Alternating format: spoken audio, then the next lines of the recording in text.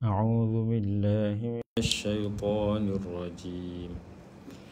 بسم الله الرحمن الرحيم.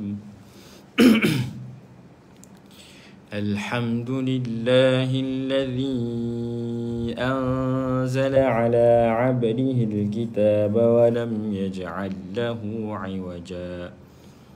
قيما لينذر بأسا شديدا من لدنه ويبشر المؤمنين الذين يعملون الصالحات أن لهم أجرا حسنا ماكثين فيه أبدا وينذر الذين قالوا اتخذ الله ولدا ما لهم به من علم ولا لآبائهم كبرت كلمة تخرج من أفواههم إن يقولون إلا كذبا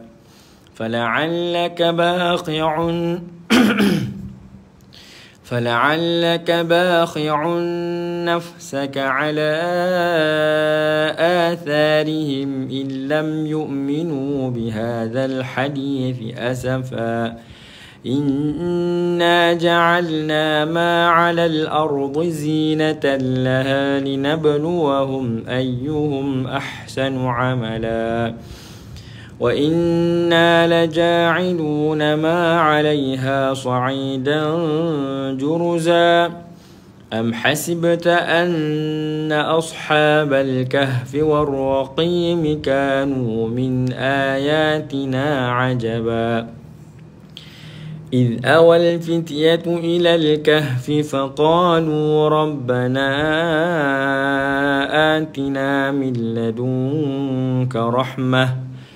فقالوا ربنا آتنا من لدنك رحمة وهيئ لنا من أمرنا رشدا فضربنا على آذانهم في الكهف سنين عددا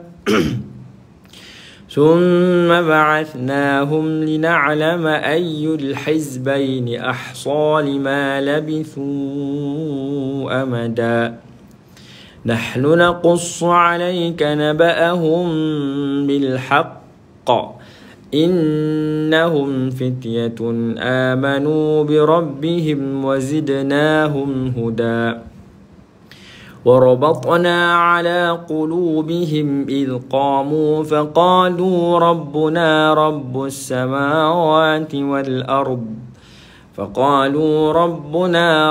السماوات والأرض لن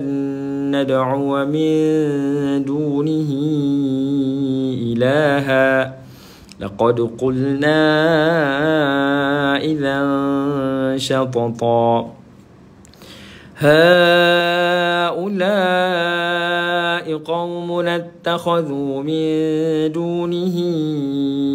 آلهة لولا يأتون عليهم بسلطان بين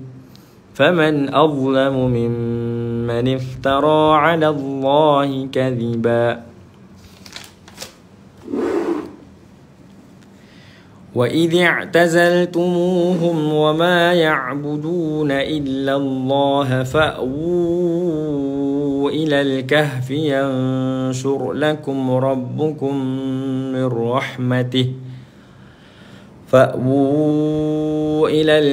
ينشر لكم ربكم من رحمته ويهيئ لكم من أمركم مرفقا وترى الشمس إذا طلعت تزاور عن كهفهم ذات اليمين وإذا غربت تقرضهم ذات الشمال وهم في فجوة منه ذلك من آيات الله من يهد الله فهو المهتد ومن يضلل فلن تجد له وليا مرشدا وتحسبهم أيقاظا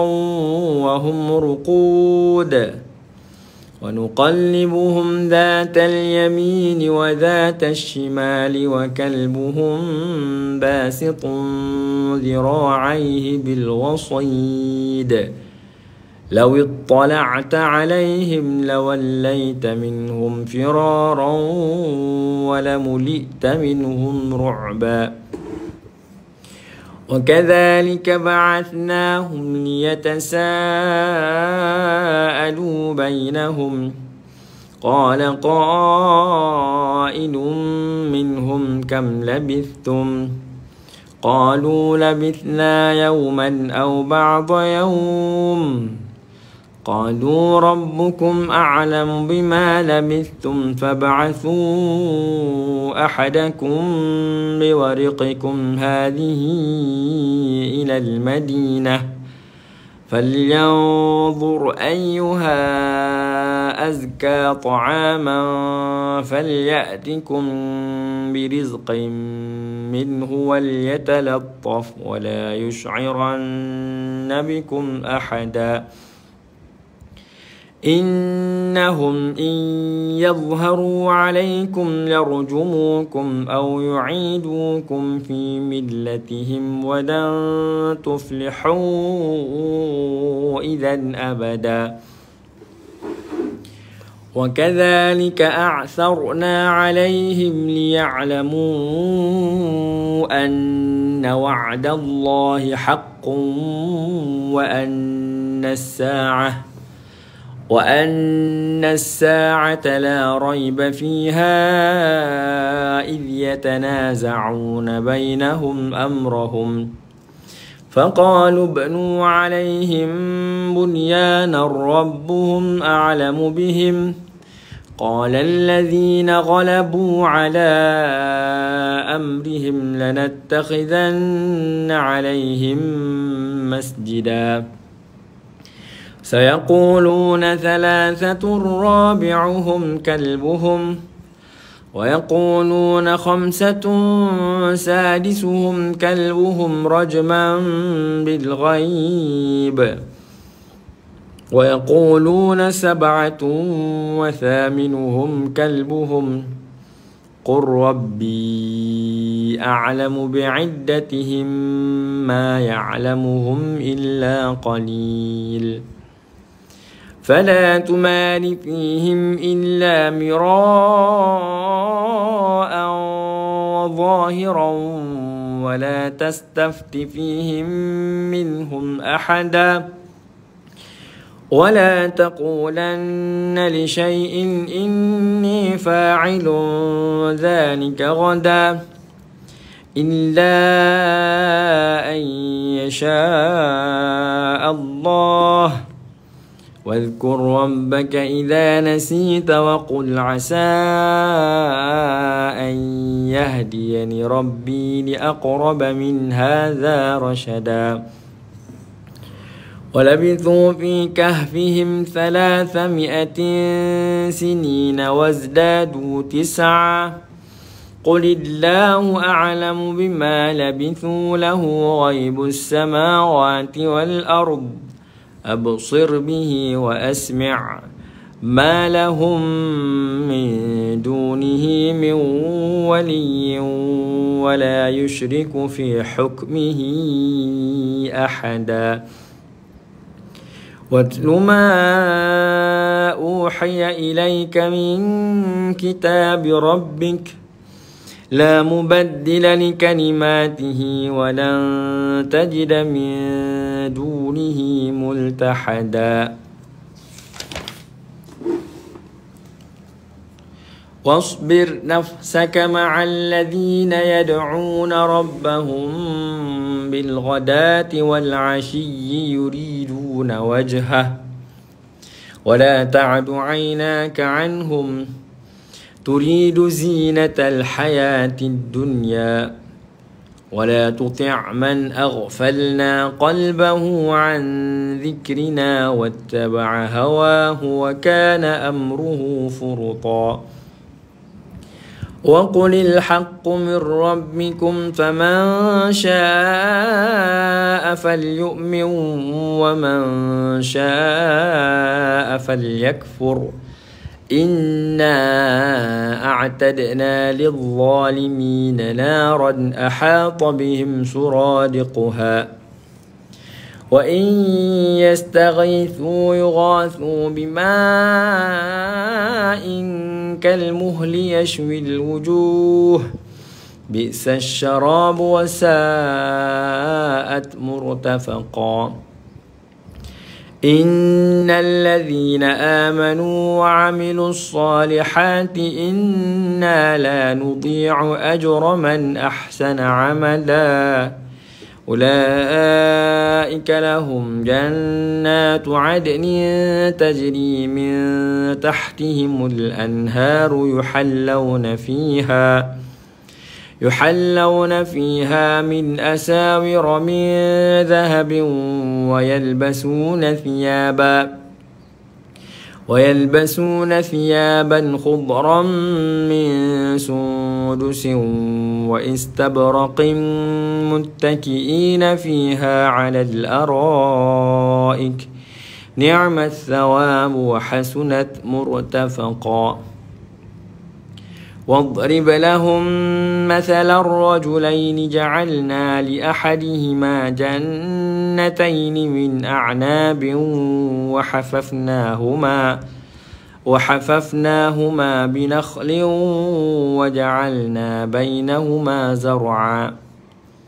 كلتا الجنتين آتت أكلها ولم تظلم منه شيئا وفجرنا خلالهما نهرا وكان له ثمر فقال لصاحبه وهو يحاوره أنا أكثر منك مالا وأعز نفرا ودخل جنته وهو ظالم لنفسه قال ما أظن أن تبيد هذه أبدا وما أظن الساعة قائمة ولئن رددت إلى ربي لأجدن خيرا منها منقلبا قال له صاحبه وهو يحاوره أكفرت بالذي خلقك من تراب ثم من نطفة ثم سواك رجلا لكن هو الله ربي ولا أشرك بربي أحدا ولولا إذ دخلت جنتك قلت ما شاء الله لا قوة إلا بالله إن ترني أنا أقل منك مالا وولدا فعسى ربي أن يؤتيني خيرا من جنتك ويرسل عليها حسبانا من السماء فتصبح صعيدا زلقا أو يصبح ماؤها غورا فلن تستطيع له طلبا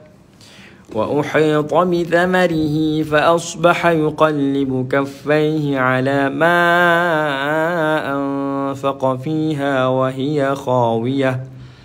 وهي خاوية على عروشها ويقول يا ليتني لم أشرك بربي أحدا ولم تكن له فئة ينصرونه من دون الله وما كان منتصرا هنالك الولاية لله الحق وخير ثوابا وخير عقبا واضرب لهم مثل الحياة الدنيا كماء إن أنزلناه من السماء فاختلط به نبات الأرض فأصبح هشيما تذروه الرياح وكان الله على كل شيء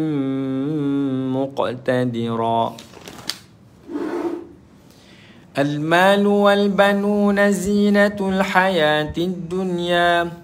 والباقيات الصالحات خير عند ربك ثوابا وخير أملا ويوم نسير الجبال وترى الأرض بارزة وحشرناهم فلم نغادر منهم أحدا وعرضوا على ربك صفا لقد جئتمونا كما خلقناكم أول مرة بل زعمتم أن لن نجعل لكم موعدا ووضع الكتاب فترى المجرمين مشفقين مما فيه ويقولون يا ويلتنا ما لهذا الكتاب لا يغادر صغيرة ولا كبيرة إلا أحصاها ووجدوا ما عملوا حاضرا ولا يظلم ربك أحدا وإذ قلنا للملائكة اسجدوا لآدم فسجدوا إلا إبليس كان من الجن ففسق عن أمر ربه أفتتخذونه وذريته أولياء من دوني وهم لكم عدو بئس للظالمين بدلا ما أشهدتهم خلق السماوات والأرض ولا خلق أنفسهم وما كنت متخذ المضلين عضدا ويوم يقول نادوا شركائي الذين زعمتم فدعوهم فلم يستجيبوا لهم وجعلنا بينهم موبقا ورأى المجرمون النار فظنوا أنهم واقعوها ولم يجدوا عنها مصرفا ولقد صرفنا في هذا القرآن للناس من كل مثل وكان الإنسان أكثر شيء جدلا وما منع الناس أن يؤمنوا إذ جاءهم الهدى ويستغفروا ربهم إلا أن تأتيهم سنة الأولين أو يأتيهم العذاب قبلا وما نرسل المرسلين إلا مبشرين ومنذرين ويجادل الذين كفروا بالباطل ليدحضوا به الحق واتخذوا آياتي وما أنذروا هزوا ومن أظلم ممن ذكر بآيات ربه فأعرض عنها ونسي ما قدمت يداه إنا جعلنا على قلوبهم أكنة أن يفقهوه وفي آذانهم وقرا وإن تدعوهم إلى الهدى فلن يهتدوا إذن أبدا وربك الغفور ذو الرحمة لو يؤاخذهم بما كسبوا لعجل لهم العذاب بل لهم موعد لن يجدوا من دونه موئلا وتلك القرى أهلكناهم لما ظلموا وجعلنا لمهلكهم موعدا وإذ قال موسى لفتاه لا أبرح حتى أبلغ مجمع البحرين أو أمضي حقبا فلما بلغا مجمع بينهما نسيا حوتهما فاتخذ سبيله في البحر سربا فلما جاوزا قال لفتاه آتنا غداءنا لقد لقينا من سفرنا هذا نصبا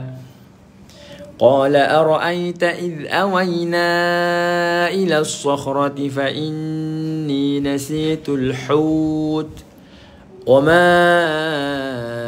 أنسانيه إلا الشيطان أن أذكره واتخذ سبيله في البحر عجبا قال ذلك ما كنا نبغ فارتدا على آثارهما قصصا فوجدا عبدا من عبادنا آتيناه رحمة من عندنا وعلمناه من لدنا علما قال له موسى هل أتبعك على أن تعلمني مما علمت رشدا قال إنك لن تستطيع معي صبرا وكيف تصبر على ما لم تحط به خبرا قال ستجدني إن شاء الله صابرا ولا أعصي لك أمرا قال فإن اتبعتني فلا تسألني عن شيء حتى أحدث لك منه ذكرا فانطلقا حتى إذا ركبا في السفينة خرقها قال أخرقتها لتغرق أهلها لقد جئت شيئا إمرا قال ألم أقل إنك لن تستطيع معي صبرا قال لا تؤاخذني بما نسيت ولا ترهقني من أمري عسرا فانطلقا حتى إذا لقيا غلاما فقتله قال أقتلت نفسا زكية بغير نفس لقد جئت شيئا نكرا قال ألم أقل لك إنك لن تستطيع معي صبرا قال إن سألتك عن شيء بعدها فلا تصاحبني قد بلغت من لدني عذرا فانطلقا حتى إذا أتيا أهل قرية استطعما أهلها فأبوا أن يضيفوهما فوجدا فيها جدارا يريد أن ينقض فأقامه قال لو شئت لاتخذت عليه أجرا قال هذا فراق بيني وبينك سأنبئك بتأويل ما لم تستطع عليه صبرا أما السفينة فكانت لمساكين يعملون في البحر فأردت أن أعيبها وكان وراءهم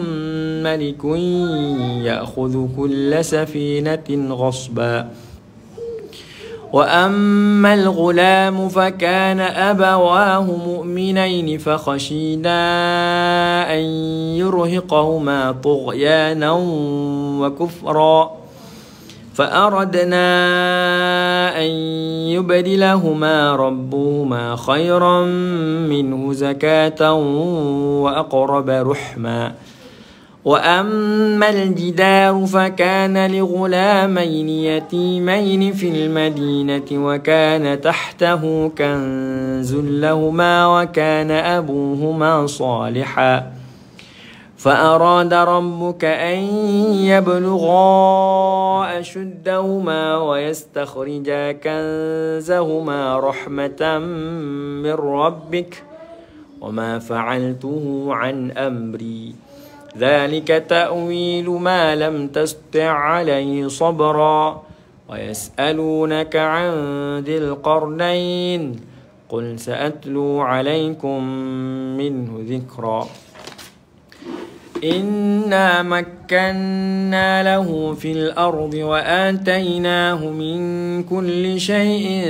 سببا فأتبع سببا حتى إذا بلغ مغرب الشمس وجدها تغرب في عين حمئة ووجد عندها قوما قلنا يا ذا القرنين إما أن تعذب وإما أن تتخذ فيهم حسنا قال أما من ظلم فسوف نعذبه ثم يرد إلى ربه فيعذبه عذابا نكرا وأما من آمن وعمل صالحا فله جزاء الحسنى وسنقول له من أمرنا يسرا ثم أتبع سببا حتى إذا بلغ مطلع الشمس وجدها تطلع على قوم لم نجعل لهم من دونها سترا كذلك وقد أحطنا بما لديه خبرا ثم أتبع سببا حتى إذا بلغ بين السدين وجد من دونهما قوما لا يكادون يفقهون قولا قالوا يا ذا القرنين إن يأجوج ومأجوج مفسدون في الأرض فهل نجعل لك خرجا على أن تجعل بيننا وبينهم سدا قال ما مكني فيه ربي خير فأعينوني بقوة أجعل بينكم وبينهم ردما آتوني زبر الحديد حتى إذا ساوى بين الصدفين قال انفخوا حتى إذا جعله نارا قال آتوني أفرغ عليه قطرا وما استطاعوا أن يظهروه وما استطاعوا له نقبا قال هذا رحمة من ربي فإذا جاء وعد ربي جعله دكا وكان وعد ربي حقا وتركنا بعضهم يومئذ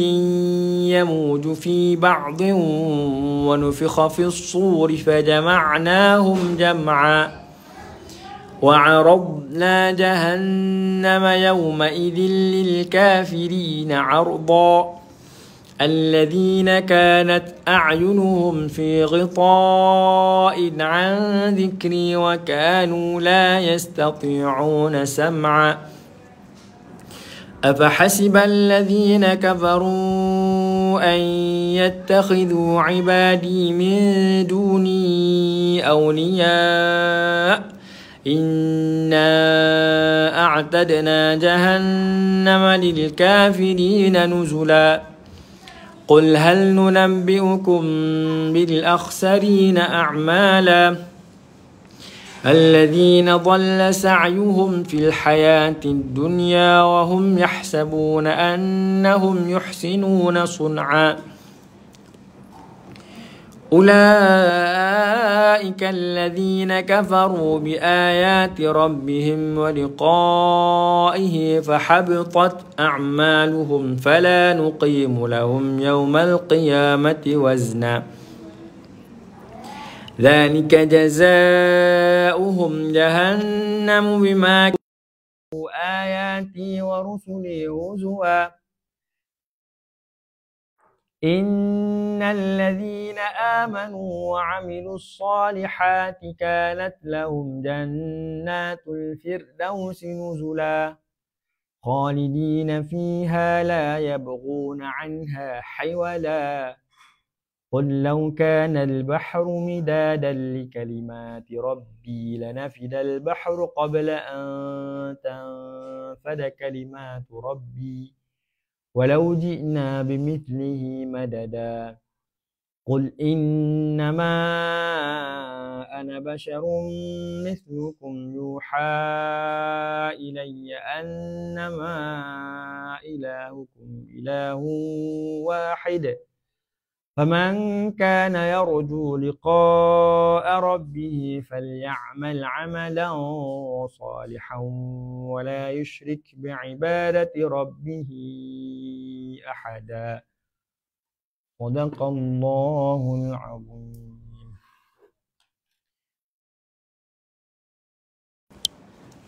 اللهم ارحمنا بالقرآن وجعلنا إماما ونورا ورحمة. اللهم ذكرنا من نسينا وعلمنا ما جهلنا وارزقنا تلاوته آناء الليل وأطراف النهار واجعله لنا حجة يا رب العالمين والحمد لله رب العالمين. Terima kasih pada semua yang bersama kita. Boleh kongsikan kepada yang lain.